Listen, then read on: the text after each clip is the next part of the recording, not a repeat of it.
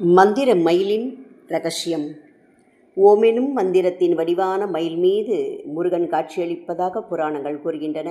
அதனால் இந்த மயிலுக்கு மந்திர மயில் என்று பெயர். மயில் மீது முருகனை தரிசிப்பதை குக ரகசியம் என்றும் தகராலய ரகசியம் என்றும் ஞானிகள் குறிப்பிடுகின்றன. பாம்பன் சுவாமிகள் மயில் மேல் முருகன் எழுந்தருள வேண்டும் என்ற விதத்தில் 10 பாடல்கள் பாடியுள்ளார்.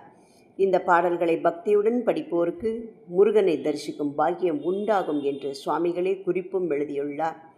ஸ்ரீமத் குமார சுவாமியம் என்னும் நூலில் பகை கடிதல் என்னும் தலைப்பில் இந்த பாடல்கள் இடம்பெற்றுள்ளன.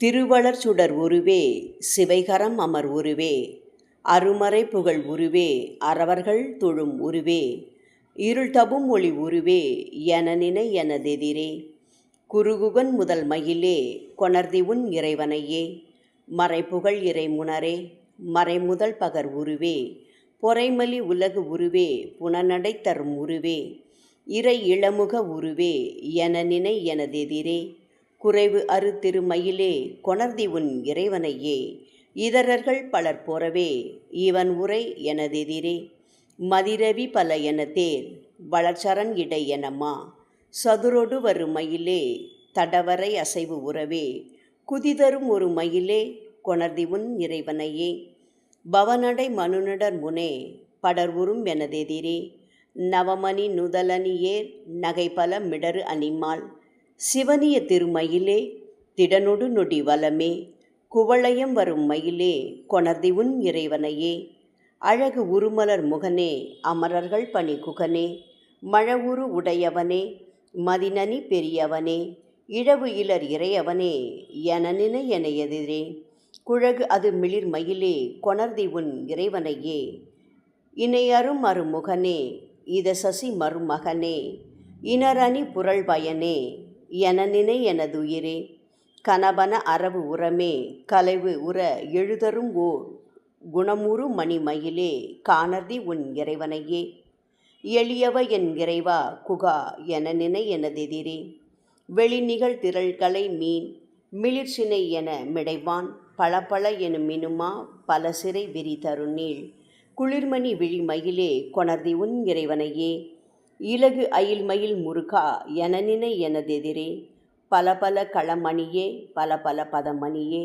கலகல கல எனமா, கவினோடு வரு மயிலே, குலவிடு சிகை மயிலே, கொணர்தி உன் இறைவனையே, இகழ் அரு சிவகுமரா என நினை எனதெதிரே, சுகமுனி வரார் எழில் ஆர் சுரார் பலர் புகழ் செய்யவே, தொகு தொகு எனவே, சுரநடமிடு மயிலே, குகபதி அமர் மயிலே, கொணர்தி உன் இறைவனையே, கருணை பெய் கணமுகிலே, கடமுனி பணி முதலே, அருணையன் அரண் எனவே, அகம் நினை எனதெதிரே, மறுமலர் அணி பலவே, மறுவிடு களமயிலே, குருபல அவிர் மயிலே, கொணர்தி உன் இறைவனையே. இதனை தொடர்ந்து பாராயணம் செய்து வந்தால் கனவிலும் நனவிலும் முருகன் அருள் உண்டாகும். அசைவம் சாப்பிடுவதை நிரந்தரமாக நிறுத்திவிட்டு முதலில் ஆரம்பிக்கும் போது செவ்வாய்க்கிழமை அல்லது கிருத்திகை நட்சத்திரம் அல்லது விசாக நட்சத்திரம் அல்லது சஷ்டி திதி அன்று வீட்டிற்கு அருகில் உள்ள முருகன் தலத்தில் 9 முறை பாராயணம் செய்யவும், முருகன் தலம் இல்லாவிடில் சிவத்தலத்தில் உள்ள முருகன் சந்நிதியில் 9 முறை பாராயணம் செய்யலாம். பின்பு வீட்டிற்கு வந்து முருகனின் படம் முன்போ அல்லது சிலை முன்போ அமர்ந்து 3 முறை பாராயணம் செய்யவும், அதன் பின்பு தினமும் 3 முறை பாராயணம் செய்து வரவும், முருகன் படத்திற்கு பதிலாக பித்தளையால் செய்யப்பட்ட வேல் ஒன்றினை வாங்கி கொள்ளலாம். வேலினையே முருகனாக பாவித்து வழிபாடு செய்து வரவும்.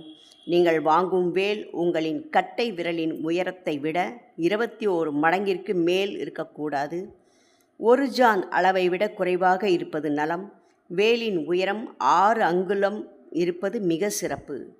அதனை தினமும் கழுவி விபூதி சந்தனம் மற்றும் குங்குமம் வைத்து வணங்கி வருதல் நன்று. அவ்வாறு தினமும் அபிஷேகம் செய்ய இயலவில்லை என்றாலும் பரவாயில்லை. 5 எண்ணெய் ஊற்றி 2 குத்து விளக்குகள் ஏற்றி பாராயணம் செய்யலாம். மந்திர சக்தி உண்டாகும்.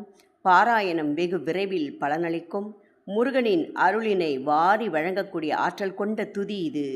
பாராயணம் செய்யும் காலத்தில் கனவில் முருகனின் வாகனமான மயில் தோன்றும். அதன் பின்பு கனவில் குமரக்கடவுள் தோன்றுவார் என்பது திண்ணம். நேரில் தோன்றுவது என்பது அவரவர் செய்த புண்ணியத்தினை பொறுத்தது. பாராயணம் செய்யும் காலத்தில் பாராயணத்திற்கு தடைகள் உருவாகலாம். தடைகள் வந்தாலும் அவற்றை கடந்து தொடர்ந்து பாராயணம் செய்து வாருங்கள். அவ்வாறு பாராயணம் செய்தால் நமது கர்ம வினைகள் படிப்படியாக கரைய ஆரம்பிக்கும். அகத்திலும் புறத்திலும் உள்ள பகை நீங்கும் என்பது உண்மை. தினமும் பாராயணம் செய்யுங்கள். எதிர்ப்புகள், அனைத்து வித எதிரிகள், ஏவல், பில்லி, சூனியம் போன்ற வஞ்சனைகள் இவற்றை அழித்து முருகனின் தரிசனத்தையும் தந்து என்றும் நிம்மதியாக வாழ முருகனருள் என்றும் துணை நிற்கும் என்பதில் ஐயமில்லை. ஓம் முருகா.